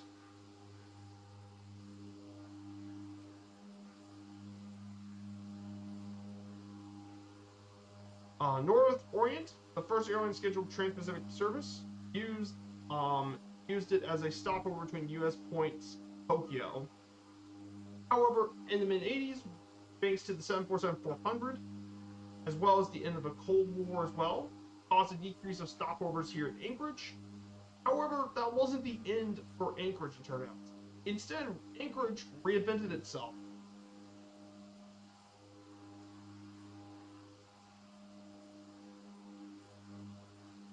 It reinvented itself. Instead of being for passenger service, Anchorage became a cargo hub, and not just any cargo hub, one of the world's very busiest cargo hubs. In fact, in 2023, it was the second busiest cargo airport in the United States, and the world's fourth busiest cargo airport. In the United States, it only trails Memphis International Airport is FedEx's super hub, and it also trails Hong Kong International and Shanghai for global cargo. But it's still above globally ahead of Ishion and Louisville, my home airport. In terms of cargo, and it makes sense. Its location is really great because cargo airlines can carry less fuel and more cargo. Trust me, cargo is where you make the money. For cargo airlines. So if you can take less fuel and more cargo, you save it on the cost. Right? Anchorage is a very popular cargo hub. And in fact, both FedEx and UPS operate major hubs at Anchorage. It also has 3 runways, 7 left, 2-5 right, 7 right, 2-5 left, and 1-5-3-3. But all 3 are over 10,000 feet. Also nearby Anchorage International is, of course, the world's busiest plane base, Lake Hood. Very popular for a lot of all your seaplane pilots at Lake Hood. Of course, there's tons of destinations that serve Vancouver, serve Anchorage. U.S. destination, you have in-state destinations like Adak, Bethel, Fairbanks, Juneau, and are some of the busy in-state. Domestic U.S. destinations include Seattle, Portland, Salt Lake City, Las Vegas, Los Angeles, Chicago, and Minneapolis. You have international destinations such as Vancouver, Frankfurt, Vancouver and Frankfurt are like the two big, are the big 2 international destinations out of those 2.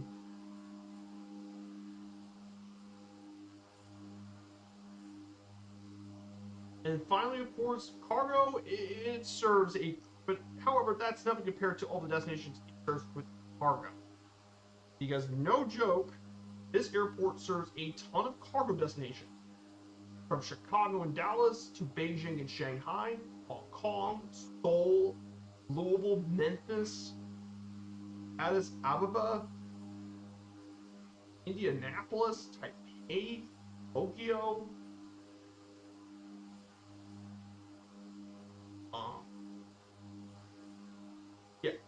Yeah, it's got tons of destinations for cargo. It is a massive cargo hub. Thank you for the bot man there, Typhon. That is Anchorage International Airport's our final stop of the day. So this wraps up the streaming stuff for today.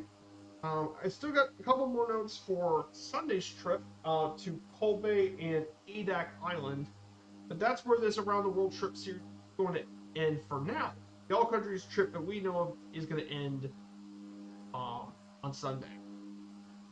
Not because I didn't want to do it, it's just with MSFS 24 coming soon, I would much rather just do a revised version and have more time with 2020. Especially with a lot of the new planes coming in that version. And I'm going to refocus that one a bit to make it more GA friendly. Because GA is a huge part of this channel still, even nowadays. And there's a whole bunch of planes I cannot wait to take for General Aviation for the new one that's going to come out in the future. The Optica, the Draco is going to be absolutely insane to take for it. Jetson, of course, that's going to be fun. The Corvallis, the Hawk Arrow, the Robinson. I mean, there are so many great GA planes I'm going to take for those journeys. I think that would be a much better use of the resource. Make it a lot less boring, if you know what I mean.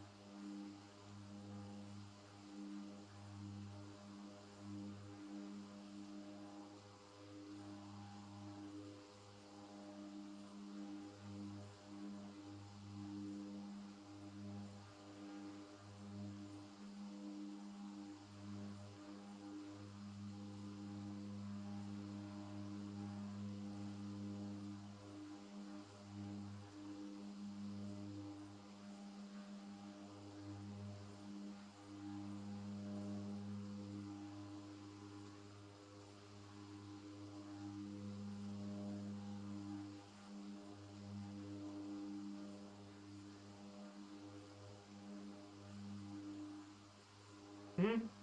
Oh, definitely, those are definitely very good to have.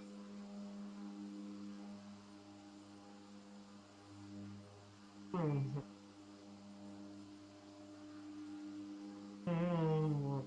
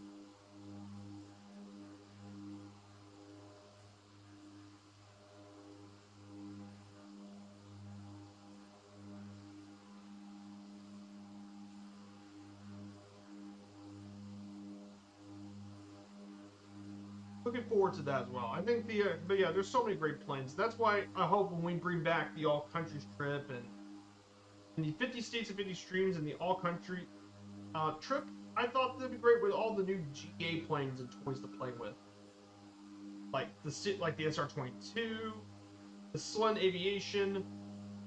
Is gonna be really good. I'm not gonna get the Aviator edition, however. Like as nice as it is to get all the other MSFS planes included, honestly.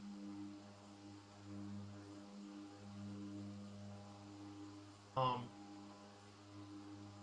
as much as really cool for the Aviation edition, I'm actually just gonna stick to Premium Deluxe because 129 is much more reasonable. I'm not gonna get the 199.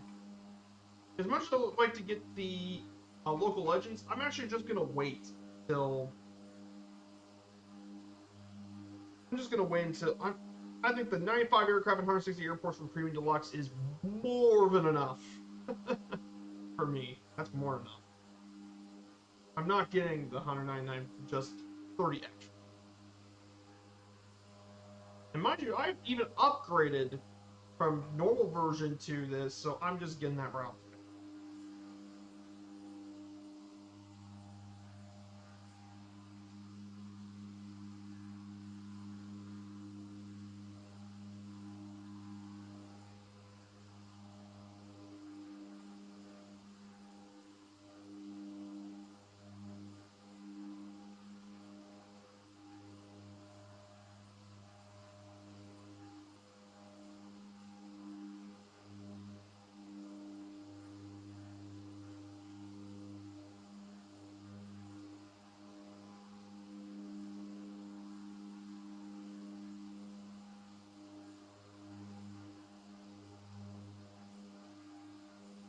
So, pretty big stuff. And yeah, there's the Chugach State Park. It's part of the mountain range and all that.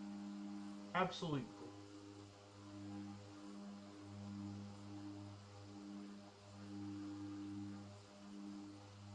We're about to get very close to downtown Anchorage. Very short.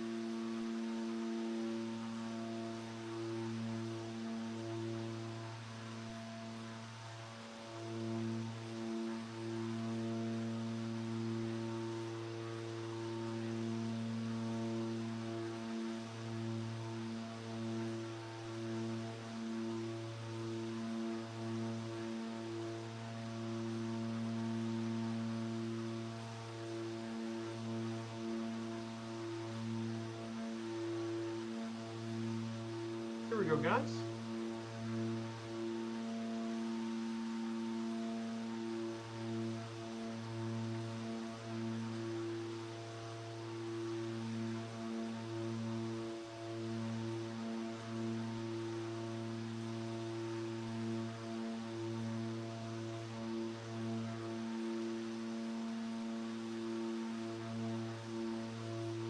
Guys, welcome to Anchorage. To our left, of course, is going to Elmendorf Air Force Base. Elmendorf. There's Elmendorf Air Force Base. Here is downtown Anchorage.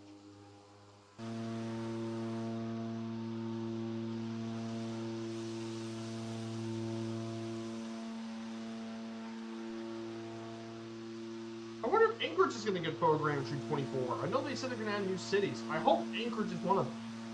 Considering it is Alaska's largest city, I hope Anchorage can get some photogram entry, at least in the downtown area. If we get downtown Anchorage into photogram entry, that would be pretty cool.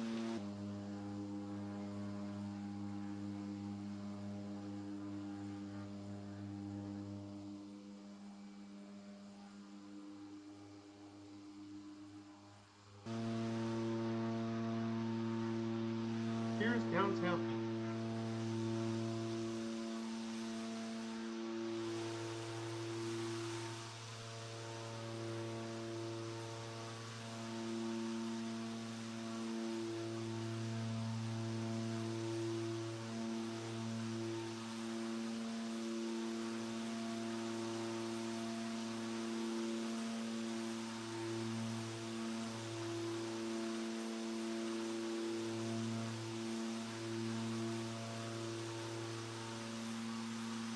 Of course, ahead of us, there is, to our right, look to your right, this is Lake Hood, the very popular seaplane base at Lake Hood. Lots of seaplane operations here at Lake Hood. Of course, here it is, guys, our final stop in Anchorage, Alaska. Our last stop of the trip of today's flight.